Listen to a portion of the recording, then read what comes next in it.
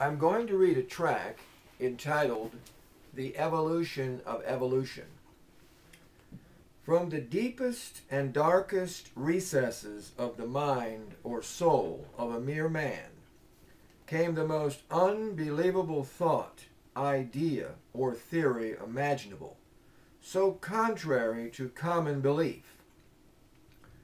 It was not really God that had created all living things in the beginning, but nature had the power to nurture life within herself, and to give birth or impart life to dead matter, and to cause these living things to be transformed by incremental genetic changes to any form they wished or needed to survive, even to become men.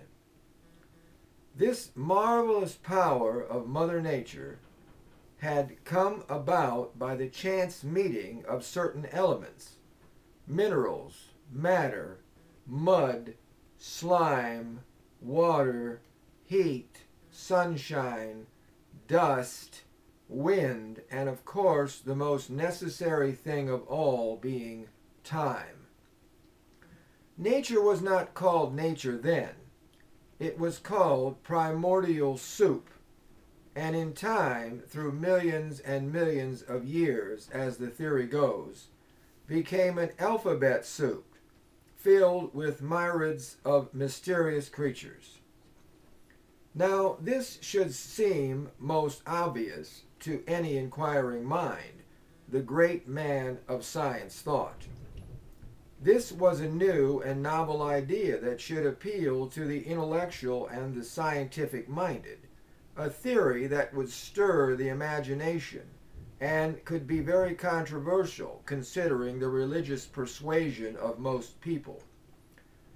More details were added to fill in the gaps until at last the theory of evolution seemed quite plausible, rational, and convincing. Evolution had evolved into a scientific fact, one that had no proof except the absurdity of believing in the existence of God as the creator of the universe, as God's existence could never be proven as a scientific fact, but had to be accepted by faith alone. The intellect could never accept the premise that God was the creator, as logic and faith have nothing in common. To be logical is to be above the emotions, as the emotional and spiritual parts of the mind, known as the heart, are ruled by fear, guilt, superstition, and faith. Instead of putting all of this nonsense out of his mind, this great man of science, who was Charles Darwin, began a quest to prove to the world that evolution was the supreme creator of the universe and not the God of the Bible, of whom it says, "In the beginning God created the heaven and the earth," Genesis 1:1. The Bible then goes on to detail the creative process of God until it ended. And God saw everything that he had made, and behold, it was very good. And the evening and the morning were the sixth day. Thus the heavens and the earth were finished, and all of the host of them. And on the seventh day God ended his work which he had made, and he rested on the seventh day from all his work which he had made. And God blessed the seventh day and sanctified it, because that in it he had rested from all his work which God created and made. Genesis 1:31 and 2:1-3. All those that oppose the keeping of the seventh-day Sabbath have fallen into the trap of the chief evolutionist, the one who put the idea of evolution into the great scientist's mind in the first place, who is none other than Satan the devil. Satan has turned the world upside down in order to stop anyone from believing in and worshiping the true God as the creator of the universe, the earth, and everything living, and to keep them from celebrating the memorial to creation by substituting Sunday worship or other days of worship or no day at all. I am sure all of you that do not keep the seventh-day Sabbath have very good reasons why you think the memorial to creation should not be kept. You will get a chance to explain them to God on the day of judgment, as He is the only one who is able to discern the truth of the matter.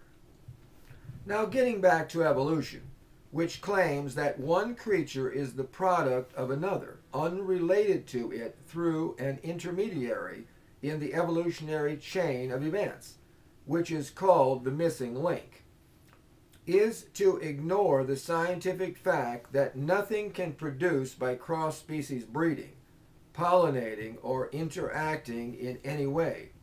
This belief is not science, but is another type or form of religion called fantasy, or the imagination of the heart, one that worships foolishness and folly. This pseudoscience is the product of the imagination of one man with the sole purpose of undermining the Bible and faith in God as the creator of all living things. Why would you need to know anything about evolution or the origin of the species, as it is called, in order to be a scientist or carry out an experiment? Scientists should be interested in how things function, not where they came from, except to know the location, place, or country of origin. What does it matter if you believe that God made everything? You can still try to find out how it works. Why waste time and money theorizing how it evolved? For what purpose? Oh, the greatness and wisdom of God! There is no reasonable explanation for the existence of man, but this, that the whole purpose of man is to discover the greatness and wisdom of God in the beauty and complexity of His creation. Men are to figure out what God has done and glorify Him because of it. His resources and time are to be spent in this endeavor, to find, study, and show the wonders of God's creation. But men want to glorify themselves instead of their Creator for their supposed abilities and discoveries, vainly thinking that they are the source of all wisdom, and by their own cleverness have figured out the secrets locked up in nature. To believe that nature, by mere chance, has evolved to what it is today, or ever was, is to take away from God the thing that He desires and deserves, to be acknowledged as the creator of the universe.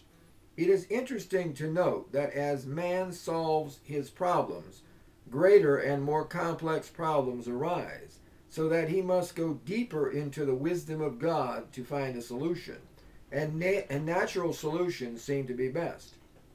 Man is the crown jewel of God's creation. Without man, there would be no purpose for creating anything, for only man can truly appreciate, enjoy, and marvel at what God has done. Man was not left to his own desires and instincts as all the other animals, but was endowed with a logical mind and moral judgment, a conscience to govern his desires and actions, a moral compass to guide him in the way of truth and good.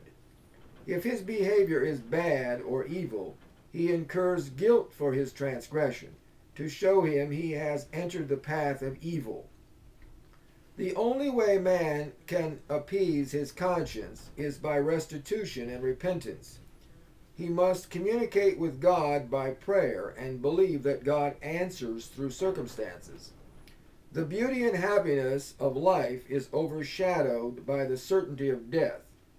This is all the natural man can find out about life and God on his own. There is, of course, a book called the Bible, which reveals the true meaning of life and the duty of all men. The person that I'm principally talking about in this tract is Charles Darwin. We have reached the end. Thank you.